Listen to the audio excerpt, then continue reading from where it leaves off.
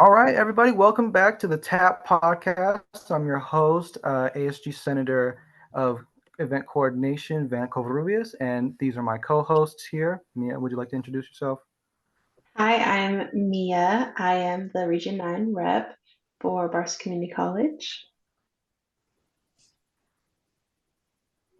Thomas? Thomas. Oh, hi. I'm Thomas. I am Senator of Student Relations here at the college and also a tutor down at the TLSC. Love that. Hi, I'm Melissa Madison. I'm the Academic Senate President at Barstow Community College. I am also the Access Counselor as my faculty role on campus. Yes, and it was very sad to see you move away from the office. I'll say that. It's temporary. Hopefully, right? All right, well, I, for one, am very excited to have you on here. I know Mia and Thomas were very happy to have this talk about student textbooks, and I just want to open up with just what factors make some books so hard to get, like whether it's like the price of it or the accessibility of it, like what makes some of those so difficult to get, and like what impact do the students see from that? So the selection of textbook, it's a process. It's very extensive and it's timely. So as faculty are choosing their textbooks, they go through an entire process that students don't even see before you register. When textbooks are selected by instructors, faculty have expressed concerns both in and outside of the academic senate of there's a concern around the communication practice of textbook selection and how that information is given to students. So for faculty, we have it on our course outline of records, which I'll talk about later. And we put it through the curricular process. When they are assigned, the district has the right of assignment. They assign the faculty to the course. Then the faculty will let them know what textbooks they're using. This all happens way before registration because you as students, when you go to register, you can typically see what instructor is teaching that class. The instructor has to let the district know what textbook they plan on using. And so there's some sort of miscommunication or a break in communication between the assignment to the instructor and then through the process of students being able to see what that textbook requirement is. Instructors, of course, listed on our syllabi, that's required of us. And sometimes that's the first time the student sees what the actual textbook is. And this, Right. of course, is concerning to faculty because we want you to be prepared. And then students get frustrated because they're like, well, I didn't know what I needed. And so the first week, and sometimes it's 2 or 3 weeks, it's kind of a cluster of like, I'm trying to catch up. And so faculty are aware of this, and we're working with academic affairs on how to clean up this process of communication from assignment to the faculty member all the way through, the schedule. And there are some upcoming projects that we're putting through to also help clear that.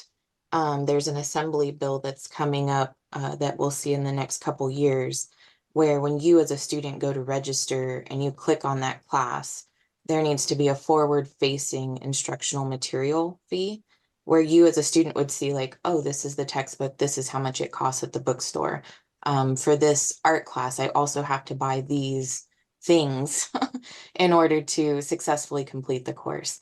And so the goal is to be as transparent as we can.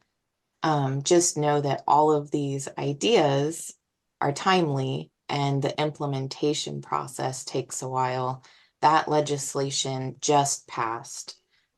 So we're waiting on guidance on exactly what that looks like, and we're aware of it. Our goal is hopefully within an academic year, we can have that in place. So we won't see it next year. We're hoping the year after. And I feel like that will really eliminate some of this confusion because it's going to be a legal requirement at that point. Right. No, yeah, because a lot of students, I'm still hearing some students complain that they still need their books, and we're Me already like too. a month into classes already, and that's ridiculous. Yeah, If, no, it's if I wild. may, Mm-hmm. sorry, if I Yeah. may, so I have sent out a student survey, um, to kind of get some feedback on what ASG can do more on campus to be more active, more hands-on than we are, and what students would like to see. With that being said, a lot of the feedback we're getting, even though some of it relates to us and some of it's out of our control, what I've noticed in the feedback is a lot of students are complaining about textbook availability, since we are on that Yes. topic. How is that something that can be improved? Textbook availability, meaning through the bookstore? Yes, they're saying that the bookstore unfortunately doesn't have what they need at the time that they need it. And Yeah. then they're having to wait, which is affecting their grades because they're not able to, which professors are usually very understanding of. Yeah. So the bookstore, I'm not sure if you're aware, is not correlated with Barstow College. So even though it's the Viking bookstore, they're owned Right, by a separate entity. And right. so we do what we're required to do to let the bookstore know what our needs are for our courses. And then it's up to the bookstore to adequately stock for that. Okay. We are aware of the same concerns. So I was a special programs counselor for 6 years. And I understand the concerns, especially for like our EOPS students and those that get the textbook Yes. vouchers, because your vouchers only can be used at the bookstore. And Right. so you have to wait on all these moving parts before you can actively contribute to your coursework. And all of this we're fully aware of. And so behind the scenes, what students don't see are the different meetings, and can we look at, reaching out to these legislations and see what are our loopholes. And, we worked with special programs and the business office of, do we have to have textbook vouchers through the bookstore? Is there an alternative to that? And so all of these are conversations that are happening. These conversations are out of my control because that is not a Senate purview. I can only make recommendations based on the feedback that we get as well. And for our faculty members, we hear it directly from the students too, like not in pleasant words. No, and I think that was a great answer. I think a lot of students needed to hear that because they don't know what goes on behind the scenes. They don't know what happens and the struggles that the school faces. Yeah. And I'm sure it's frustrating for all of you as students because you're sitting there just like a duck in a pond going, I can't get through this. Nobody's hearing me. We are hearing you. I promise that we are hearing you. We're the ones that are trying to get through the red tape or find the loopholes of how do we best support our students and their educational journeys. So we're trying our best. I do promise that. Um, I failed to mention that I'm the EOBS secretary. So now I work directly with our SPS students and their book vouchers. Mhm. I understand that we have a lot of lapse in communications when it comes to the bookstore and textbook availability. I understand that it is up to them to purchase those supplies. Are there other alternatives where we can refer students to and other resources that you know of that they may be able to get their textbooks online at a lower cost or just free textbooks as well? So there's a lot of textbook options. So I was a first generation college student, although you guys didn't ask for my background. I'm Okay. from Barstow. I grew up here. I was part of the DI populations. My family went to the food banks. We didn't have money. Like I get it. I grew up in that population as well. And so I knew that education was my way out of that. And so I decided to go to college. First generation college students face way more barriers because then all of you come and you're like, well, what do I do? Who do I talk to? Who can help me? Where's the answer Mhm. to this? Or you feel silly because you're like, I feel like I shouldn't ask this question because I should know this. Please, if you don't remember anything else from this interview with me, we are not born knowing anything. Everything we learn through experience and opportunity. There is no such thing as a silly question because if you don't know the answer, then you research it or you reach out and find mentorship to gain that knowledge. And that's what we're here for at the college. I And like that. yeah, it's helped me across my adulthood. So I hope I can share that tidbit with you all. But being first generation is super frustrating because the Right. college, as partnership with our bookstore, that's who we recommend. It's part of the MOU and our contract and whatever. Right. But being first generation, I can tell you, you have so many options when it comes to textbooks. And the best thing I did in college was learned about renting my textbooks. And so you can go online and you can, Amazon does it now as well. But I used to use a thing called Chegg. So it was Cheggg. And you could rent them for, if your class is 9 weeks, you could rent it just for the 9 weeks. And it would cost you maybe $30 or $40 versus 120 or 200. And so if you know that it's a course that you're not sure if you're going to keep that textbook, and full transparency, I'm fully aware that most students do not keep their textbooks. Mhm. But in the fact, if any of you choose, you just love the class that I teach and want to keep my textbook. But renting them is a really inexpensive alternative that allows you to get through that if a traditional textbook is required. I know later in this we'll get into more questions of textbook alternatives, but if you have a traditional textbook, I would encourage you to look at your online components. The hard part with that, because everything has a pro and a con, Mhm. is the book vouchers only work at the bookstore. So that doesn't Right. help those students. Financial aid only gets distributed after Census 1, which is a legal component that students aren't aware of. So you don't even get that until week 2 or 3 because census doesn't end until the middle of week 2. Um, and Yeah. you're lucky if you get it week 2 or 3 because sometimes there's a form missing that nobody's made you aware of. So now you're on disbursement too. Like there's so many Right. caveats to the process.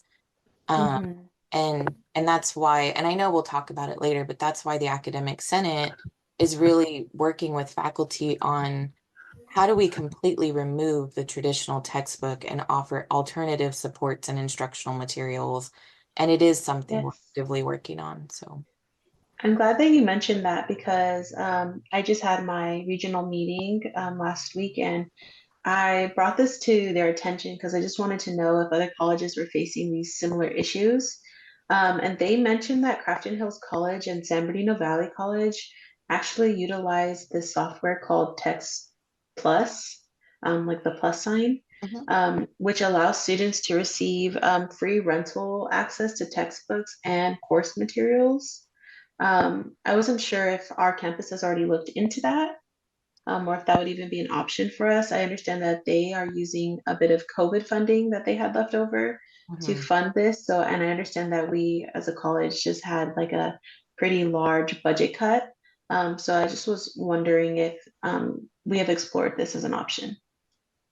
I'm new as the Academic Senate president, so I came in this year. I Okay. have Well, been a congratulations. senator. Thanks. I have been a senator though for years. I've always been active in Academic Senate.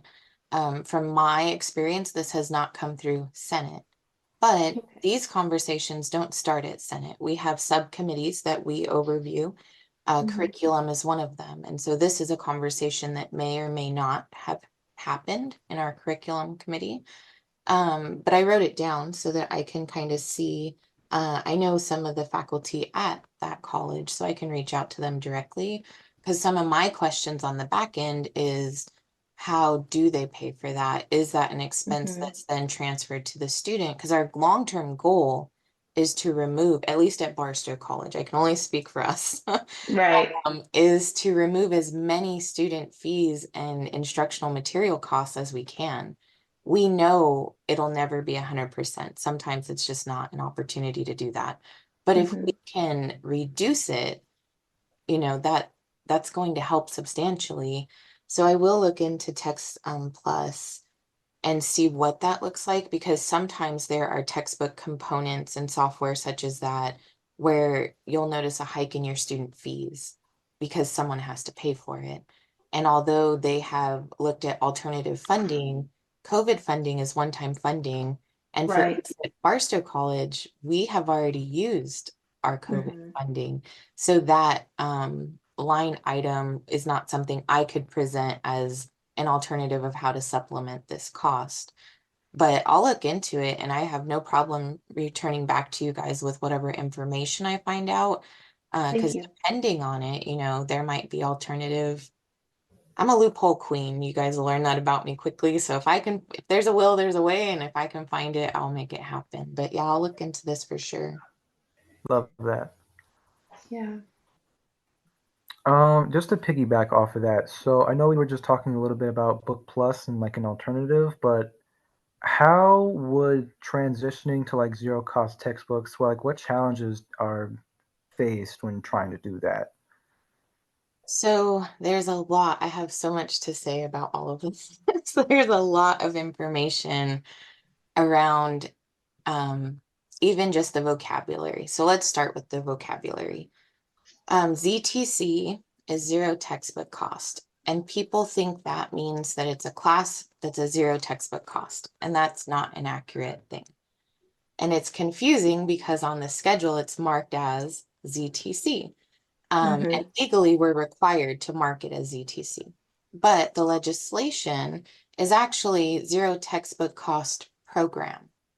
And so what that means is the entire program and major everything degree is zero textbook cost. And so really when you're looking at instructional materials, we're trying to transition traditional textbooks to what's called OER, which is Open Education Resources. And so that's a term and an acronym that I use all the time.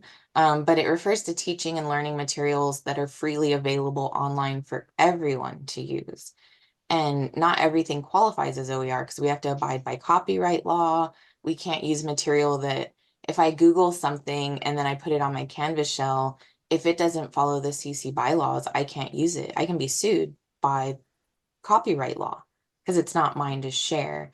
And so one of the ways that we as Senate and faculty are trying to find resources around this is I actually went to a CC boot camp and I got certified in Creative Commons and copyright law so that I can work with faculty on what is really free, what can you use, how can I support you in transitioning your materials to this OER component. And then to piggyback on that, the ZTC component, one of my first things for Senate and one of my goals is zero textbook cost programs. I was a first generation college student. I would spend $500 to $800 a semester on textbooks. Financial aid was my livelihood. I worked part-time as a student worker, and this is going to age me, but I made $5.75 an hour. That was minimum wage back then. And I lived in San Francisco. I went to college in San Francisco, so that's unrealistic. So I Right. really, really banked on my financial aid to prepay my rent 3 months at a time. And I would prepay my car payment 3 months at a time. And it's just what students do to get by. And so I think because of my background, that's why this legislation is so important to me. And so I worked with academic affairs and wrote for zero textbook cost program grant funding. And we got word from the chancellor's office. We were approved for some of that funding. I can't give you a direct number today because I'm waiting for my final thing. But it's looking to be around $300,000 or more that I'll have for Senate to support faculty in transitioning their work. And then for our union negotiations, we worked with our union to make sure that it's put in there. Faculty can do this work outside of hours, and we will pay them from that funding to do that work because it's inappropriate for me to request from my colleagues to do unpaid work, even though I know it's in the best interest of our students. I also can't deduct from their life um, Right. an unpaid amount of work because transitioning to OER can take 80 or more hours for one class. And Wow. so it's a lot of work that people don't see on the background part of it. And so, Exactly.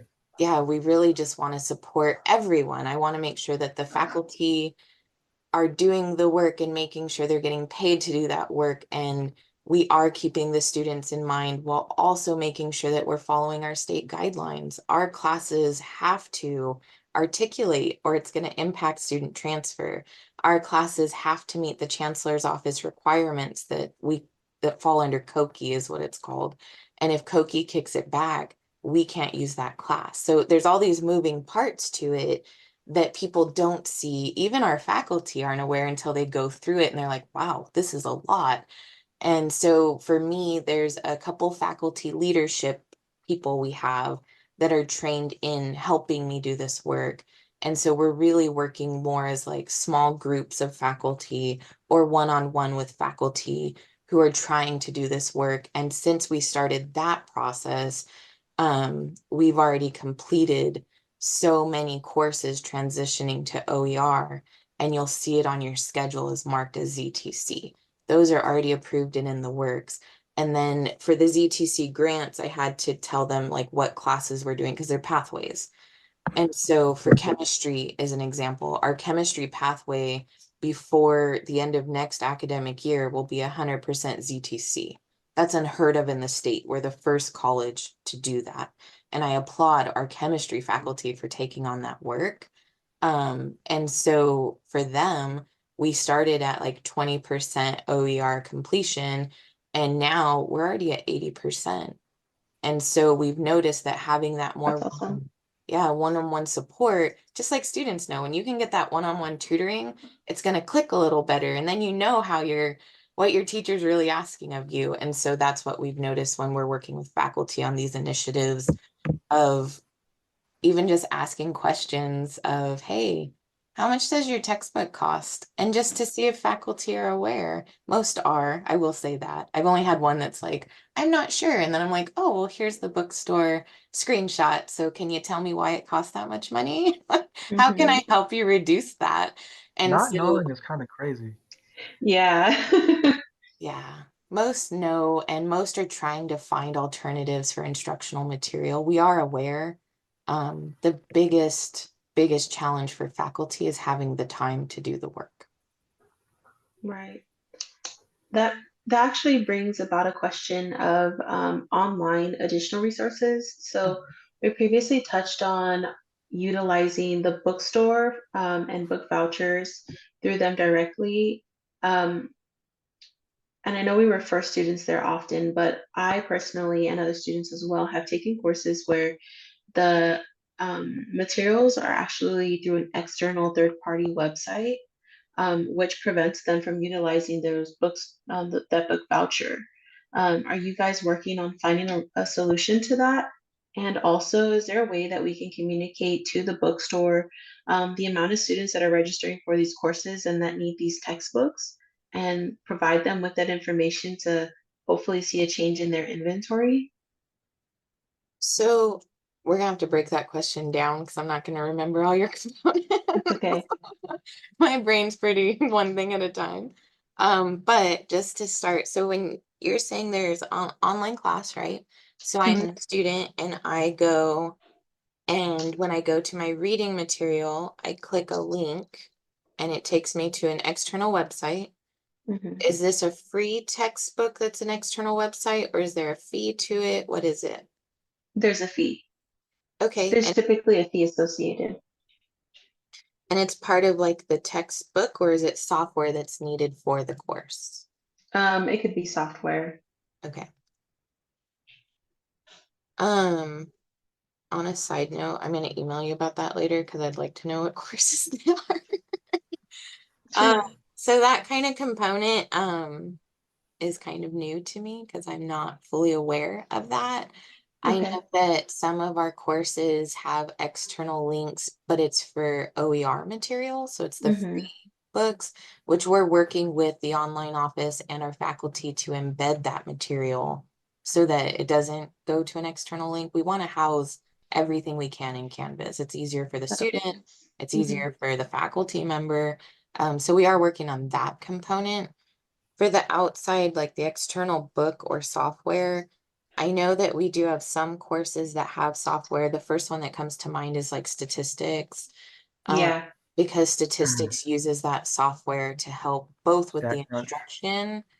And with the homework component, we are looking at very creative alternatives to this that I can't really share because some of them are outside the box and I have to work with administration on that and they're like, can we do that? So we're checking like the legality of things and whatever, but software things that I already am looking into because I also was made aware of there's like a Spanish software that's used and it's kind of costly. And Yeah. so we're looking at that to see like what does that look like? What's that cost? What alternatives do we have? But as for like an outside textbook, that's new to me because usually the textbook process goes through the bookstore. I think it's more of external software that's needed Okay. because I definitely took a Spanish class, and I didn't have a book voucher at the time, so that was really expensive. But yeah, I've spoken to a couple students. I'll see if I run into them to see what kind of courses they're taking that require that external website. Yeah. Because I recently had a student who the bookstore wasn't carrying her textbook, so she was unable to utilize her book voucher. They purchased two books for that course, and she would have had to order it online, but she wasn't made aware that that was even an alternative of Yeah. purchasing it online and having it shipped to her from a different bookstore, which I feel is very complicated. And as you previously mentioned, you know, you're a first gen college student, and I myself am as well. And um, I think about our students who are generally adults who are either returning to college or, you know, single parents and may not have the additional money to put towards these textbooks and paying outside of a book voucher.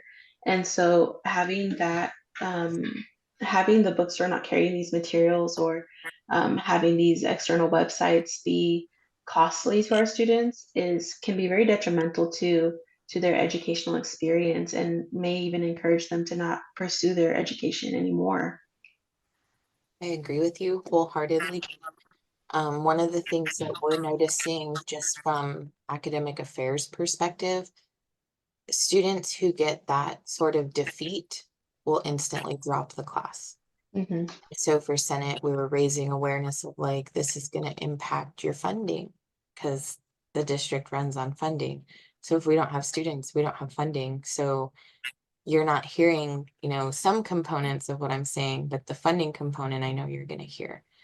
And Hmm. so we're really looking at that. We had a faculty member who brought it to our attention that the textbooks that they requested with the access code Hmm. bookstore did not order. And so Okay. they had to just share the information with their students, and over half the students dropped. And the faculty member also felt defeated because they did their due diligence of making sure this information was shared, yet the materials were not ordered. And students, it impacts the students more than anything else. And if you can't have the materials to do your work, you're not going to be successful. And that's not Exactly. just in education. If I went to work tomorrow and they removed my computer, I can't do the reports you want me to do or answer the emails or whatever it is. So it's just kind of putting it in perspective for all constituent parties of this is the direct impact and how do we get around and find solutions or even alternatives that can be advertised. Thank you. Thomas, have you been trying Um, to say something?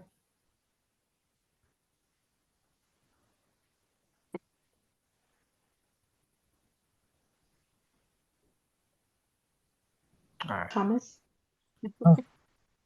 um, so to kind of get a little bit more in depth on that, can we kind of shine some light on the CTE programs, especially Cosmo? Mhm. Mm. Because when it comes to textbook costs and material costs, especially for the supplies and the kits, that does add up. Yeah, cosmetology is one of our most expensive programs. You're preaching to the choir. I've had this conversation since I started my role as academic senate president. So I feel like my background as a special programs counselor really helped me in seeing the student need. Mhm. Special programs. Many of our students are cosmetology students. And so we get the venting of like everything, everything, honestly, but definitely Right. the venting of material cost. And nobody made me aware that this kit is going to be $600 and my textbook's 200, and Mhm. there are components like that. And so I've academic affairs is aware, and the vice president of academic affairs, Dr. Rodden, is really looking for different ways that we can help with it. The hard component is cosmetology is state regulated, as Right. many CTE programs are. And so we have to follow the requirements of the state. Cosmetology, the material, instructional materials, so your kits and things like that, are required to meet the student learning outcomes to Mhm. successfully complete the course. Right. What we're Okay. trying to do is see, are there alternatives of what components of that kit are actually needed for one class? Can it be separated as a smaller kit that's less expensive? And so these are all conversations, but again, they have to look at the state requirements. They have to work with the faculty on that. They have to work with the bookstore on that. And it's just it's a lot of background stuff, but we are aware of it. And it's not just cosmetology. As you mentioned, Thomas, like many Mhm. of our CTE programs have a higher instructional material cost to them. Exactly. Like welding, you need to purchase Yeah. all of your welding materials. Automotive, you tend to have to purchase, the tools as you need them. And so, which I think they're offering more, but if you have more students than wrenches, what are you going to do? Like wait your turn? That's not necessarily what they want to happen. So these are all part of the conversations. We are definitely open to student suggestions because you, as the students, are who directly experience this. And you can tell us, when I started cosmetology, I really only needed these 7 items out of this 100-item kit. And that is what kind of what would help us. And from Senate, we're a recommending body. And so although this component slightly falls under our purview, it's not really our purview. It's an administration thing, but we Mhm. support our students. And if the students have an initiative they want to take on that isn't backed by legislation, they should be bringing it to the Senate or the classified staff of how do we make this heard, but be mindful as students. My suggestion always in life, if you're going to take something on, you need to have a solution-based mindset. So if you approach me, so if you want something on the Senate agenda, you bring it to the president. And so say you schedule a meeting with me and you're like, it's me and these 6 students, this is our frustration, and vent it out. By all means, vent it out. Like I'm a counselor, I'm used to that. But my question will be, and what are your options for solutions? Right. And if you don't have any, that's fine too, because I can schedule another meeting and we can work through ideas. But to bring a concern, you should always bring it with opportunities of solution. That's how you create the change in a more timely manner. And that leads me back to my last question I had. I was wondering if there's a way for us to report the number of students who are registering for classes with certain textbooks that are in the bookstore. Is there a way for us to report to the bookstore how many textbooks they may need for a certain course, to hopefully see that they have that inventory in stock to prepare for that amount of students? That's a district question. So the process for textbooks is a faculty member gets their assignment, they accept it, they put forward what textbook they're using, and then there's a form that we fill out, and then we go on, it's called Folia, I think, and we go on and select what we're using, and we can decline and tell them we're using OER materials, or we can select what the textbook is and fill in the information. Then it's now the responsibility of the bookstore to take that and order an adequate supply. The Mhm. bookstore has access to registration numbers. Okay. And so That's my understanding, and I might be mistaken. Not sure if I am, but and I can follow up on that, but it's my understanding that they are aware of the CRN number students that are registered in that. So it's really their inventory purview. So it's on them. Okay, yeah. Because it really seemed like they didn't know how many students were taking these courses, and not ordering an adequate amount of textbooks for them. But knowing that they actually have access to these numbers is kind of shocking, because it's almost like, why wouldn't you have it purchased and in stock ready for them to go before the Part semester of it starts? is say they feel they don't have the numbers and say I am mistaken. Hmm. You know that the course caps 45 students per course. That's in our Right. union contract, that's across our catalog. Like, that being said, if you know a course is running at minimum, there's 45 or less students. Again, that falls on them to look at what they want their stock to be. Right. Thank you. Um, to kind of go based off that, because I, being in the cosmetology building almost every week, Mhm, have spoken to Claudia, mhm. who does run the bookstore, and this was something her and I did chat about, um, which I know you had said previously, which bookstore being a separate entity from the college. Mhm.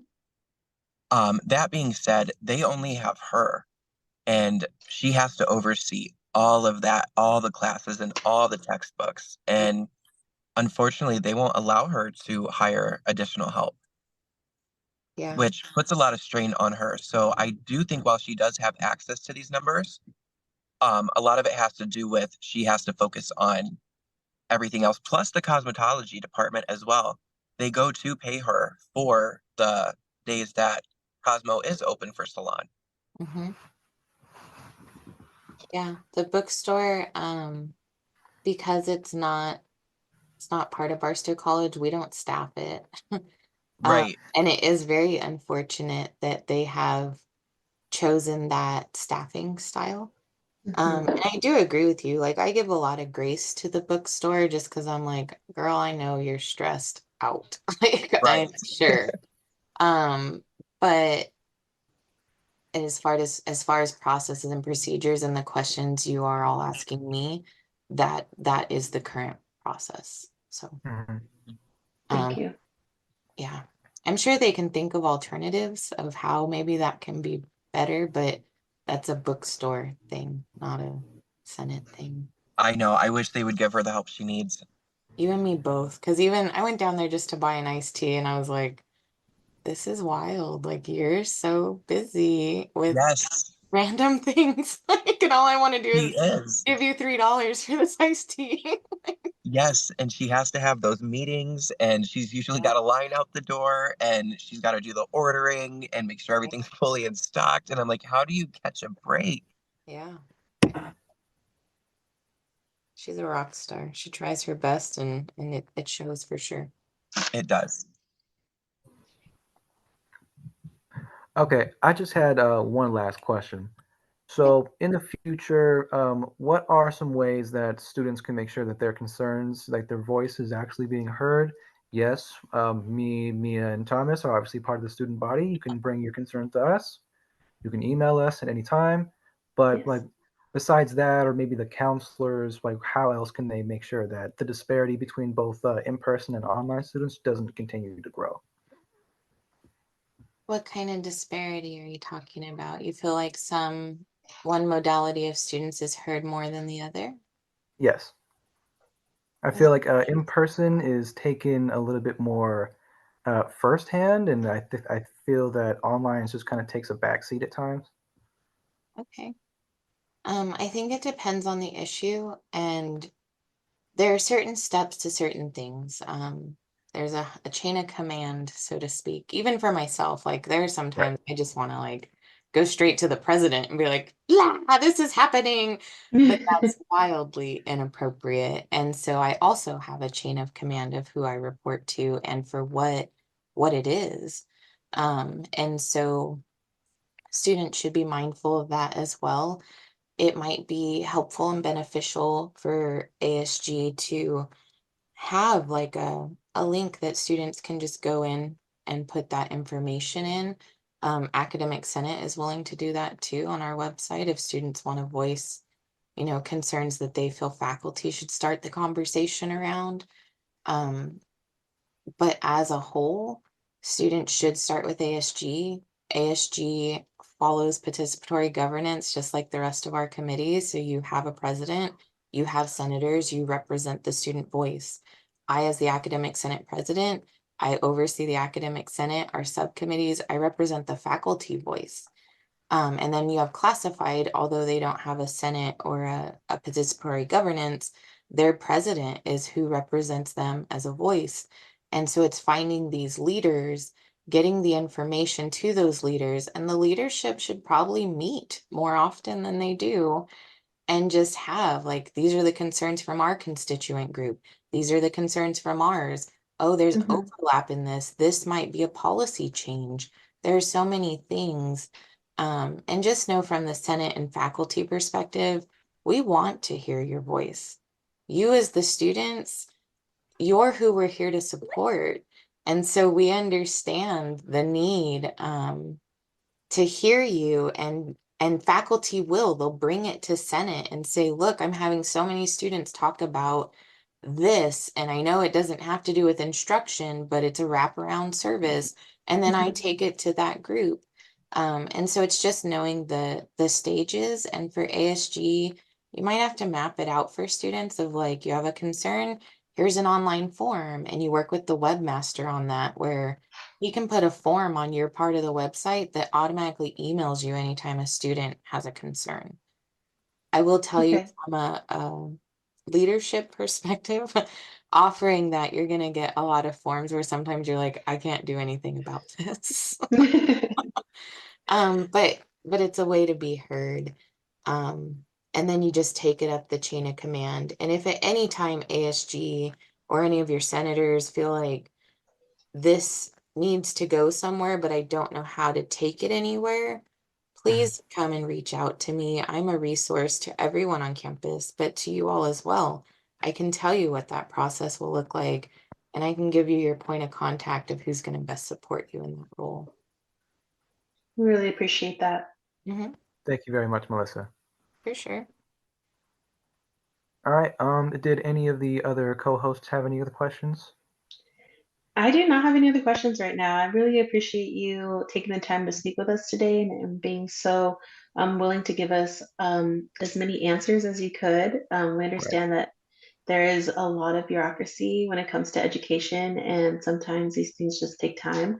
But I think it's Especially in important higher ed. I think it's important for our students to also know and understand that there is a long process for a lot of the things that we're asking for solutions for. So I'm really grateful for you to share your knowledge with us. Yeah, definitely. I just hope that all the students know that we do hear you and we are working on things. And if any of you ever have questions or you want like a Senate report out on things, just let me know and I can either try to show up if I'm available or give you a written report of these are what we're working on towards these questions. That'd be nice. Right. Because we do care. We do care. It's not like we just throw them to the wind. No, I feel like you this have to say? podcast was absolutely amazing. I felt like it really humanized the perspective on the college to let students know that we are trying, that we are fighting for them, and they see that the college is as well. Yeah, Barstow is unique because we are a small college. Right. And one of the best things and the reason I love working at Barstow College is people are here for the students. We want to see you succeed. We want to support you in that process. Look at our wraparound services. You can't find as many student supports at any other college in the 115 colleges. When I go and present at statewide conferences, people are impressed with what we offer our students. We know that everything's a work in progress. We know that there's always areas for opportunity. We need the students to make us aware of those areas. So working collegially and working together, that should be the goal. And for academic senate, as long as I'm your academic senate president, you guys have an open door. So just always let me know how I can support you. Thank you. We'll most certainly be keeping in touch, Melissa. For sure. All right. Well, I'm going to just end this off by plugging our Black History Month events and workshops that we have going on. You know, so on the 6th from 2 to 3, we'll be having our Exploring Allyship, Race, and Beyond, which is going over just racial and social justice. On February 12th from 12:30 to 2:30, it'll be a Zoom. It's going to be Black Student Unions just having a meeting and discussing, like, if you want to transfer out, there's other pathways and resources that you can take. And then on February 20th from 2 to 3, this is also a Zoom. We'll be having Fostering Mental Well-Being in the Black Community with our Dr. Nevels as a special guest. On the 22nd, we'll be having healthcare disparities and free testing from 2 to 5 in the Black Box. And on the 27th, we'll be having African Americans speak about African Americans in the American Revolution. And then on the 29th, we're going to have our big celebration of Black culture with our Black Excellence Expo. It's going to have line dancing, performers, a DJ, food, the whole thing. Also, don't forget, there was a writing contest that goes on until the 22nd. And if you're one of the 3 winners, you can win up to $150. It's just a 500-word essay. It's not that much. Come on, people, get that money. Get that money. I'm serious. Thank you. All right. Great. Thank you, Van, for hosting this podcast today. Really appreciate it. Yes, of course. I'm very happy it went through, and I just really hope that everybody can, get the information they need out of this. Yep.